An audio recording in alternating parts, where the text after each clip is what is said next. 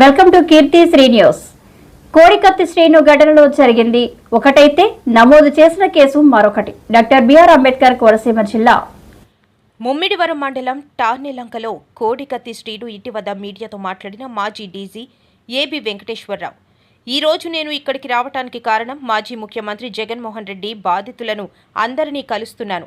అందులో భాగంగా మొదటిగా శ్రీనుని కలవడం జరిగింది. శ్రీను కేసు విషయంలో జరిగినది ఒకటైతే అతనిపై నమోదు చేసిన కేసు మరొకటి. ఈ కేసులో నిజంగా శ్రీను దోషి అయితే అతనికి పడే శిక్ష ఇప్పటికే అతను అనుభవించాడు.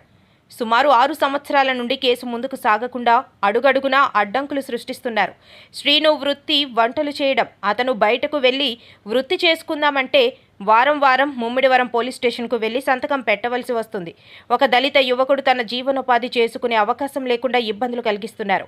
శ్రీను భవిష్యత్తులో ఏం చేయాలి, ఎలా ముందుకు సాగాలి అనే విషయంపై అతనికి కొన్ని సూచనలు, సలహాలు అందజేశాను. ఇంకా వివరంగా అమలాపురంలో ప్రెస్ మీట్లో తెలియజేస్తాను.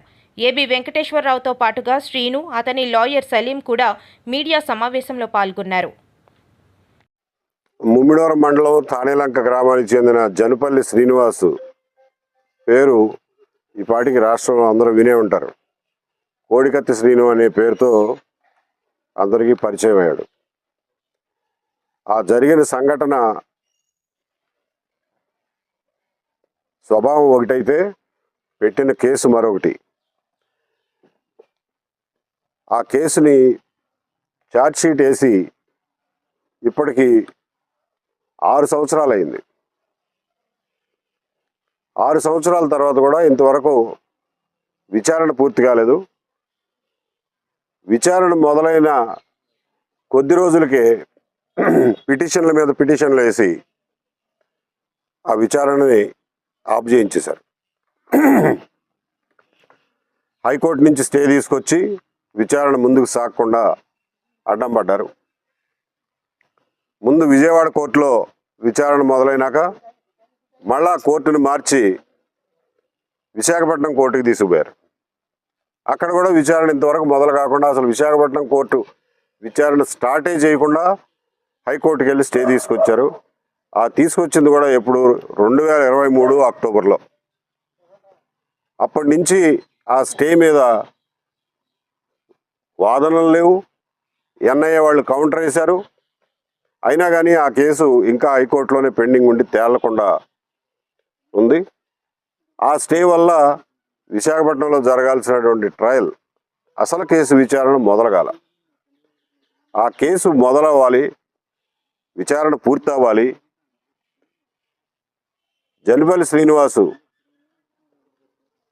మీద నేరం రుజువు అవ్వాలి, లేకపోతే కేసు కొట్టేయాలి. నా లెక్క ప్రకారం జనుపల్లి శ్రీనివాస్ చేసినటువంటి పొరపాటు ఏదైతే ఉందో దానికి ఎంత శిక్ష అయితే పడే అవకాశం ఉందో దానికి 3-4 రెట్లు శిక్ష ఇప్పటికే జైలు జీవితం ద్వారా అనుభవించాడు. కాబట్టి కేసు ఒకవేళ అతను చేసిన పొరపాటు ప్రూవ్ అయినప్పటికీ కూడా ఇంకా కొత్తగా జైలు శిక్ష పడేది ఉండదు. కనీసం అతని జీవితం అతను బతకగలుగుతాడు. ఇవాళ ఎక్కడైనా పనికి పోవాలన్నా, ఎక్కడైనా ఉద్యోగం చేసుకోవాలన్నా ఊరు వదిలిపెట్టి వెళ్ళలేని పరిస్థితి. ఎందుకంటే బెయిల్ కండిషన్లో భాగంగా ప్రతి వారం ముమ్మిడివరం పోలీస్ స్టేషన్లో సంతకం పెట్టాలనే కండిషన్ ఉంది. ఇక్కడ ఉండి తనకు వచ్చిన పని ఈ ఊళ్ళో దొరికే పని కాదు. తను వంట పని చేస్తాడు, కుక్గా పనిచేసిన అనుభవం ఉంది. రకరకాల హోటళ్ళలో, బేకరీల్లో పనిచేసిన అనుభవం ఉంది. అతనికి వచ్చింది అదొకటే పని. ఆ పని చేసుకోవాలంటే ఊళ్ళో ఉంటే కుదరదు. ఆ పని చేసుకోవడానికి పోదామంటే వారం వారం వచ్చి ముమ్మిడివరం పోలీస్ స్టేషన్లో సంతకం పెట్టడం కుదరదు. ఆ రకంగా ఒక కుర్రాడి జీవితం, భవిష్యత్తు నాశనం అయిపోతూ ఉంది. అయినప్పటికీ కూడా ఏమాత్రం దయాదాక్షిణ్యాలు లేకుండా ఈ విచారణ ముందుకు సాగకుండా అడ్డుకోవడం జరుగుతుంది. ఒక పిటిషన్ తర్వాత ఇంకో పిటిషన్ వేసి ఒక పిటిషన్ వేశారు. విజయవాడ ఎన్ఐఏ కోర్టులో సుదీర్ఘమైన వాదోపవాదాల తర్వాత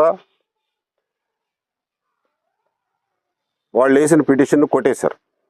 కొట్టేసి ట్రయల్ ముందుకు సాగాల్సిందే అని చెప్పి తీర్పిచ్చారు.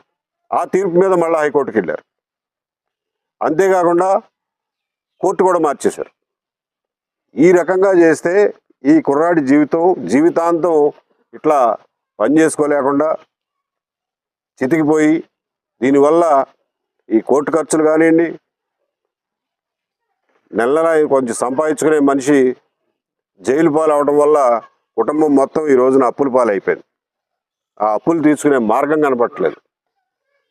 ఈ పిల్లలు ఏమన్నా ఉద్యోగాలు చేసుకుంటే కనీసం 1 సంవత్సరం కాదు, ఇంకో సంవత్సరానికైనా అప్పులు తీర్చుకునే అవకాశం ఉంటుంది. నేను చెప్పేది ఏంటంటే, ఒక కుటుంబాన్ని అకారణంగా నాశనం చేసే హక్కు ఎవరిచ్చారు?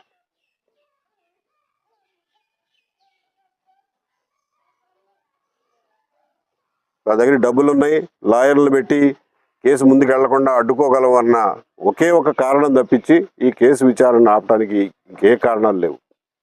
దానికి సంబంధించినటువంటి కాగితాలన్నీ నేను ఈ రోజున మీడియా వారితో కూడా పంచుకుంటాను. మీరే చూడండి ఆ కేసులో ఏముందో ఏమి లేదో, ఎన్ని అబద్ధాలు చెప్పారో, ఎన్ని అబద్ధాలు రాశారో, ఇవన్నీ కూడా మళ్ళీ మీరు ఈ కాగితాలు చూసిన తర్వాత మీరు అడిగే ప్రశ్నలకు సమాధానాల ద్వారా అది ఎక్స్ప్లెయిన్ చేయడానికి ట్రై చేస్తాను. నేను ఈ రోజున వచ్చింది ఎందుకంటే, ముఖ్యంగా జగన్మోహన్ రెడ్డి గారి బాధితుల్లో ఆయన పవర్లోకి రాకముందే బాధితుడైనటువంటి జనపల్లి శ్రీనివాస్తో మొదలుపెట్టి ఈ బాధితులందరినీ ఒడ్డున పడేయడానికి, వాళ్ళకి న్యాయం జరిగేలాగా చూడటానికి చేసే ప్రయత్నంలో మొట్టమొదటి అడుగుగా ఈ రోజున ఇక్కడికి రావడం జరిగింది. వాళ్ళ కుటుంబంతో వాళ్ళ స్థితిగతుల గురించి, వాళ్ళకు ఉన్నటువంటి ఇబ్బందుల గురించి మాట్లాడటం జరిగింది. ముఖ్యంగా ఈ కేసుకు సంబంధించి వాళ్ళు పడిన ఇబ్బందులు, పడినటువంటి ఆర్థిక ఇబ్బందులు అవన్నీ తెలుసుకున్నాను. వాటికి రకరకాల ఏరియాల్లో నాతో పాటు సలీం గారు, లాయర్ గారు గత 6 ఏళ్లుగా శ్రీనివాస్కి ఉచితంగా న్యాయ సహాయం అందిస్తూ ఎంతో కుటుంబానికి కూడా చేదోడు వాదోడుగా ఉన్నారు. ఆయన కొన్ని బాధ్యతలు తీసుకున్నారు. అలాగే వరప్రసాద్ గారు స్థానికంగా ఉంటారు కాకినాడలో. ఈ ఫ్యామిలీ మంచి చెడు చూసుకుంటా ఉన్నారు. ఆయన కొన్ని బాధ్యతలు తీసుకుంటా అన్నారు. అట్లాగే శ్రీనివాస్ కూడా జీవితంలో స్థిరపడటానికి కొన్ని సూచనలు చేశాను. వాటిని అమలుపరిచే బాధ్యత అతని మీద పెట్టాం. ఈ రకంగా ముందు అకారణంగా బలైపోయినటువంటి ఈ దళిత కుటుంబాన్ని బయటపడేయాలన్న ఉద్దేశంతో ఈ రోజు నుంచి ఈ కార్యక్రమం మొదలెట్టాను. ఇందులో వీలున్నంత మంది సహకరించి చేదోడుగా ఉండాలని చెప్పి పత్రికాముఖంగా వారందరినీ కూడా